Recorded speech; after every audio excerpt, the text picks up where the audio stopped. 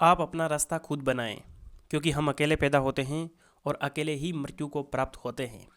इसलिए हमारे अलावा हमारी किस्मत का फैसला कोई और नहीं कर सकता। ये कहा था भगवान गौतम बुद्ध। आज हम इसी वीडियो में भगवान बुद्ध यानी कि बौद्ध धर्म के बारे में डिस्कस करेंगे। जितने भी इम्पोर्टेंट क्वेश्चन जो एग्ज़ाम में बार बार पूछे जाते हैं वो हम अच्छे से डिस्कस करेंगे। तो ये वीडियो आपके लिए काफ़ी इंपॉर्टेंट होने वाला है। तो चलिए शुरू करते हैं वीडियो को। सबसे पहला क्वेश्चन है, बौद्ध धर्म के संस्थापक कौन थे? तो आप सभी को पता है, बौद्ध धर्म की स्थापना जो है वो गौतम बुद्ध ने की थी। गौतम बुद्ध का जन्म कब हुआ था? तो गौतम बुद्ध का जन्म हुआ था 563 ईसा पूर्व।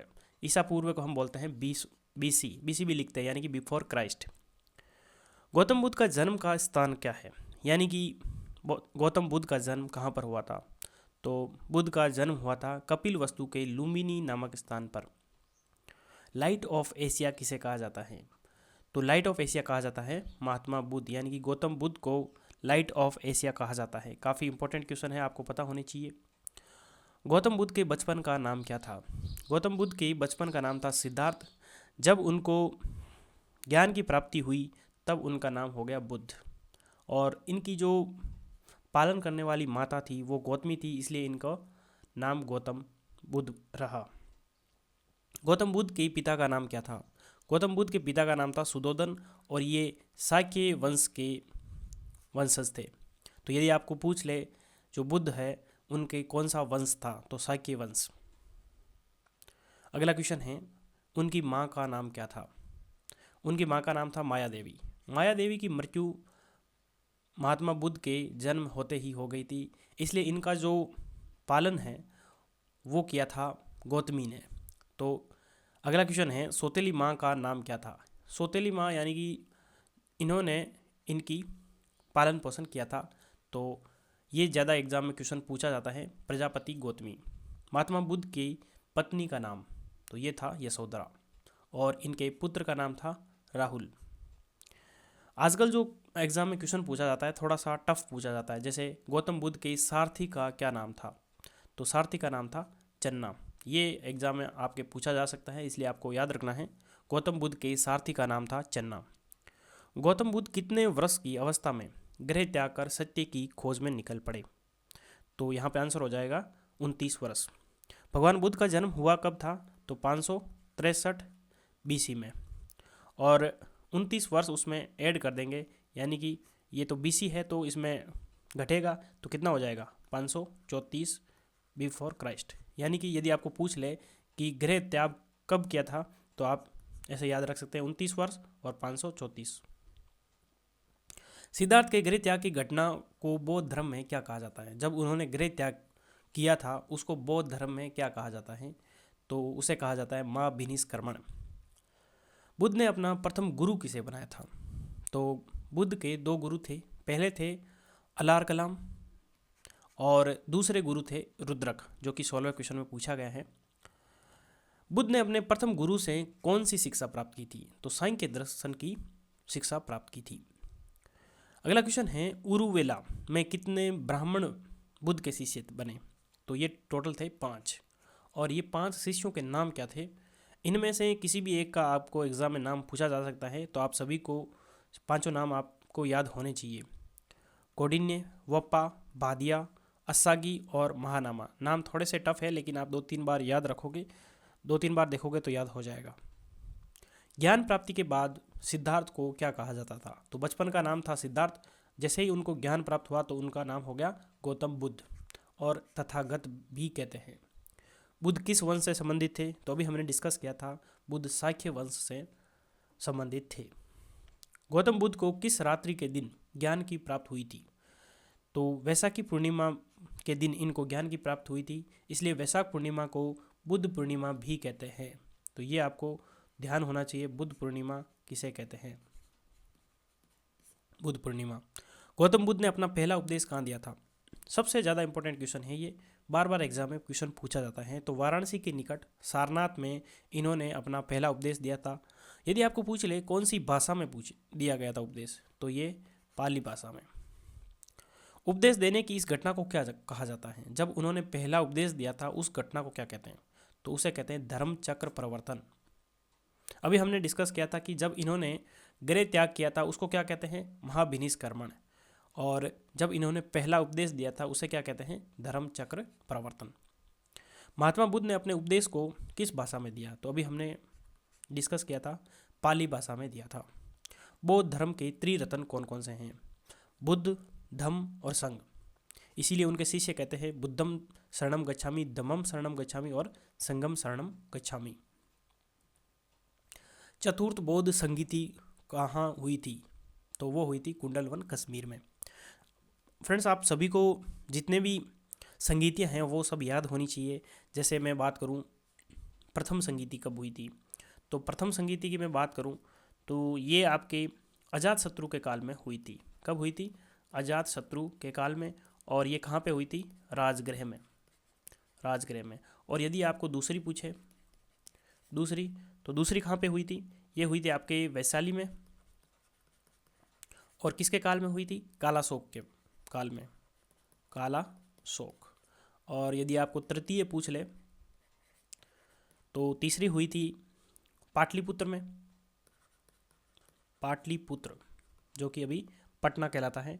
और ये सम्राट अशोक के काल में हुई थी, सम्राट अशोक के काल में। और चतुर्थ, वैसे तो 6 हुई थी लेकिन आपको 4 ही याद रखना है, जनरली यही पूछी जाती हैं। ये कनिष्क के काल में हुई थी और कहाँ पे हुई थी, कुंडलवन में, कुंडलवन में। तो ये आपको चारों याद होनी चाहिए। बुद्ध के अनुसार देवतागण भी किस सिद्धांत के अंतर्गत आते हैं, तो देवतागण भी कर्म के सिद्धांत पर के अंतर्गत आते हैं। बुद्ध ने तृष्णा की घटना को क्या कहा, तृष्णा का मतलब होता है किसी भी चीज़ की इच्छा जताना, यानी कि अपने को बहुत सारी चीज़ें पाने की इच्छा होती है तो वही होती है तृष्णा, तो इसे निर्वाण कहा। बुद्ध के अनुयायी कितने भागों में बंटे थे, तो 2, एक तो थे भिक्षुक और दूसरे थे उपासक। जिस स्थान पर बुद्ध ने ज्ञान की प्राप्ति की थी वह स्थान क्या कहलाया, तो उस स्थान को कहा बोध गया। और पीपल के पेड़ के नीचे उनको ज्ञान की प्राप्ति हुई, इसीलिए इस पीपल के पेड़ को बोध वृक्ष भी कहते हैं या बोधि वृक्ष कहते हैं। महात्मा बुद्ध की मृत्यु कब और कहाँ हुई थी, तो महात्मा बुद्ध की मृत्यु जो है वो 483 ईसा पूर्व में कुशीनगर, जो कि उत्तर प्रदेश में आता है, वहाँ पे हुई थी। जो उनकी मृत्यु हुई थी उस घटना को क्या कहते हैं, तो उसे कहते हैं महापरिनिर्वाण। तो 3 अभी अपन ने डिस्कस किया है, जब वो गृह त्याग किया था, जब ज्ञान की प्राप्ति हुई और जब उनकी मृत्यु हुई। तीनों नाम लगभग सिमिलर हैं लेकिन आपको कंफ्यूज नहीं होना है। महात्मा बुद्ध द्वारा दिया गया अंतिम उपदेश क्या था, तो अंतिम उपदेश था सभी वस्तुएं शरणशील होती हैं, अतः मनुष्य को अपना पथ प्रदर्शक स्वयं होना चाहिए। प्रथम बौद्ध संगीति किसके शासनकाल में हुई थी, तो अभी हमने डिस्कस किया था प्रथम जो संगीति थी वो राजगृह में हुई थी। कहाँ पे हुई थी, राजगृह में। और किसके काल में हुई, अजातशत्रु के काल में। तृतीय बौद्ध संगीति कहाँ पर हुई थी, ये हुई थी पाटलिपुत्र और सम्राट अशोक के काल में हुई थी, अशोक के काल में हुई थी। गौतम बुद्ध के सबसे प्रिय और आत्मीय शिष्य कौन थे, तो ये थे आनंद। ये आपको नाम याद रखना है, आनंद उनके सबसे प्रिय और आत्मीय शिष्य थे। बौद्ध धर्म को अपनाने वाली प्रथम महिला कौन थी, ये क्वेश्चन आपको एग्जाम में पूछ सकते हैं। बुद्ध की जो माँ थी प्रजापति गौतमी, उन्होंने ही सबसे पहले बौद्ध धर्म को अपनाया था। भारत के बाहर बौद्ध धर्म को फैलाने का श्रेय किस राजा को कहा जाता है, तो सम्राट अशोक ने बौद्ध धर्म को भारत के बाहर भी फैलाया था। बुद्ध के प्रथम 2 अनुयायी कौन थे, प्रथम अनुयायी कालिक और तपासु थे। बुद्ध की प्रथम मूर्ति कहाँ बनी थी, तो मथुरा कला में बनी थी। अगला क्वेश्चन है सबसे अधिक संख्या में बुद्ध की मूर्तियों का निर्माण किस शैली में किया गया था, तो ये गांधार शैली में सबसे ज़्यादा बुद्ध की मूर्तियों का निर्माण किया गया। बुद्ध का प्रथम धर्म लक्ष्य क्या है, उनका परम धर्म लक्ष्य क्या है, यानी कि उनका है निर्वाण, यानी कि मोक्ष की प्राप्ति। निर्वाण का मतलब है मोक्ष, यानी कि बौद्ध का अंतिम लक्ष्य यही था कि सभी को मोक्ष मिलना चाहिए। और मोक्ष कब मिलेगा, जब आप इच्छा का त्याग कर दोगे, यानी कि किसी भी चीज़ को पाने की इच्छा जब खत्म हो जाती है तब उसे मोक्ष मिल जाता है। धार्मिक जुलूस की शुरुआत सबसे पहले किस धर्म में हुई थी, तो ये धार्मिक जुलूस की शुरुआत बौद्ध धर्म में हुई थी। बौद्धों का सर्वाधिक पवित्र त्यौहार क्या है, तो बुद्ध भगवान को ज्ञान की प्राप्ति वैशाख पूर्णिमा के दिन हुई थी, इसीलिए बौद्ध धर्म के लिए ये सबसे पवित्र त्यौहार है। वैशाख पूर्णिमा को किस नाम से विख्यात हैं, तो अभी हमने डिस्कस किया था, वैशाख पूर्णिमा के दिन ही बुद्ध को ज्ञान की प्राप्ति हुई थी, इसलिए इसे बुद्ध पूर्णिमा भी कहते हैं। अनीश्वरवाद को मानने वाले धर्म कौन से हैं, तो बौद्ध धर्म और जैन धर्म दोनों ही अनीश्वरवाद यानी कि ईश्वर को नहीं मानते हैं। बुद्ध ने किसकी प्रामाणिकता को स्पष्ट नकार दिया था, तो वेदों की प्रामाणिकता को नकार दिया था, यानी कि इसके कोई प्रमाण नहीं है। सम्राट अशोक को बौद्ध धर्म में किसने दीक्षित किया था, तो मोगलीपुत्र तिस्सा ने सम्राट अशोक को बौद्ध धर्म की शिक्षा दी थी। अब हम डिस्कस करते हैं जो एसएससी में प्रीवियस एग्जाम में क्वेश्चन पूछे गए हैं बौद्ध धर्म से रिलेटेड। गौतम बुद्ध का जन्म स्थान किसके द्वारा अंकित किया गया है, यानी कि इसके साक्ष्य कहाँ मिलते हैं कि बौद्ध धर्म यानी कि भगवान बुद्ध का जो जन्म है वो हुआ था, तो यहाँ पे ऑप्शन ए करेक्ट हो जाएगा, अशोक मौर्य का रुम्नदेही स्तंभ। यानी कि जब अशोक ने लुम्बिनी की यात्रा की थी तब उन्होंने एक स्तंभ बनाया था जिसका नाम है रुम्नदेही स्तंभ। उसमें इन्होंने बताया कि भगवान बुद्ध का जन्म कब हुआ था। बुद्ध किस वंश से संबंधित थे, तो अभी हमने डिस्कस किया था, बुद्ध के जो वंश था वो शाक्य कुल के थे, तो यहाँ पे ऑप्शन सी करेक्ट हो जाएगा। ये क्वेश्चन सीजीएल में 2008 में पूछा गया है। प्रथम बौद्ध परिषद कहाँ आयोजित की गई, तो अभी हमने प्रथम जो संगीतियाँ थी वो चारों डिस्कस की थी। पहली हुई थी राजगृह में, यानी ऑप्शन यहाँ पे सी करेक्ट हो जाएगा। दूसरी हुई थी वैशाली में, ये तो सेकंड हो गई थी, और तीसरी हुई थी पाटलिपुत्र में, और चौथी कहाँ पे हुई थी, वो हुई थी कुंडलवन में। बुद्ध का अर्थ क्या है, बुद्ध का अर्थ है ज्ञान प्राप्ति, क्योंकि उनका पहले नाम था सिद्धार्थ, जैसे ही उनको ज्ञान की प्राप्ति हुई तब उनका नाम बुद्ध हो गया था, इसलिए बुद्ध का अर्थ है ज्ञान प्राप्ति। निम्न में से बौद्ध साहित्य की पहचान कीजिए, त्रिपिटक, उपनिषद, अंग या फिर आरण्यक। देखिए त्रिपिटक जो है, त्रिपिटक बौद्ध धर्म से संबंधित है, तो यहाँ पे ऑप्शन ए करेक्ट हो जाएगा। त्रिपिटक क्या है, ये है बौद्ध धर्म का साहित्य, यानी साहित्य का अंग है ये। त्रिपिटक कौन कौन से हैं, अभिधम पिटक, सुत्त पिटक और विनय पिटक। ये जो उपनिषद और आरण्यक है ये किससे, वैदिक धर्म से संबंधित है। कौन से धर्म से, वैदिक धर्म से। और यदि आपको पूछ ले अंग किससे है, ये जैन धर्म से संबंधित है। तो आपको पता होना चाहिए त्रिपिटक बौद्ध धर्म से, अंग जैन धर्म से, और उपनिषद और आरण्यक वैदिक धर्म से। बौद्ध धर्म ने समाज के दो वर्गों को अपने साथ जोड़कर एक महत्वपूर्ण प्रभाव छोड़ा था। ये वर्ग कौन से थे, तो जब बुद्ध भगवान थे उस टाइम उन्होंने स्त्रियों और शूद्रों को अपने बराबर का स्थान दिया था, इसलिए इन्होंने स्त्रियां और शूद्र को साथ में जोड़कर उनको एक महत्वपूर्ण स्थान दिया, यानी कि इनका जो स्थान था वो सभी के बराबर कर दिया था। नेक्स्ट क्वेश्चन है, इच्छा सब कष्टों का कारण है, इसका प्रचार करने वाला धर्म कौन सा है, तो भगवान बुद्ध ने कहा था कि इच्छा ही सब कष्टों का कारण है, तो इसका मतलब यहाँ पे ऑप्शन ए करेक्ट हो जाएगा, बौद्ध धर्म। और बुद्ध ने कष्ट के 3 कारण बताए थे, कौन कौन से, दुख, दुख समुदाय, दुख निरोध गामिनी, ये सबसे दुख के कारण हैं। बुद्ध ने अपना प्रथम प्रवचन कहाँ दिया था, गया, सारनाथ, पाटलिपुत्र या फिर वैशाली, तो सबसे पहले जो प्रवचन दिया था वो दिया था सारनाथ में, तो यहाँ पे ऑप्शन बी करेक्ट हो जाएगा।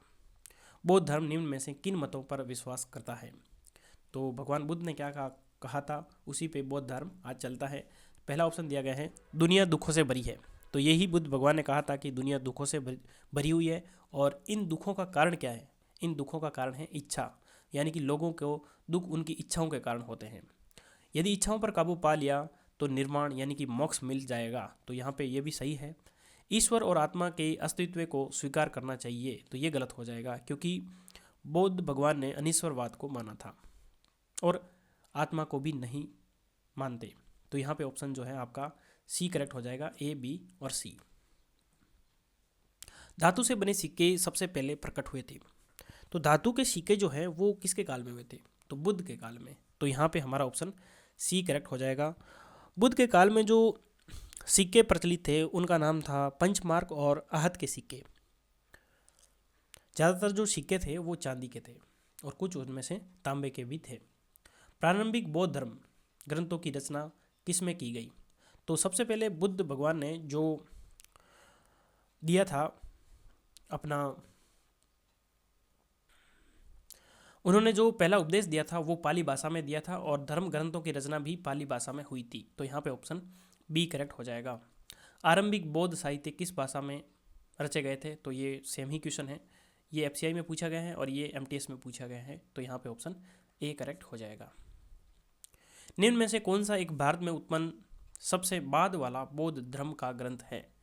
तो बौद्ध धर्म का सबसे बाद वाला ग्रंथ यानी कि ये है आपका वामसात पाकसिनी। तो यहाँ पे ऑप्शन डी करेक्ट हो जाएगा।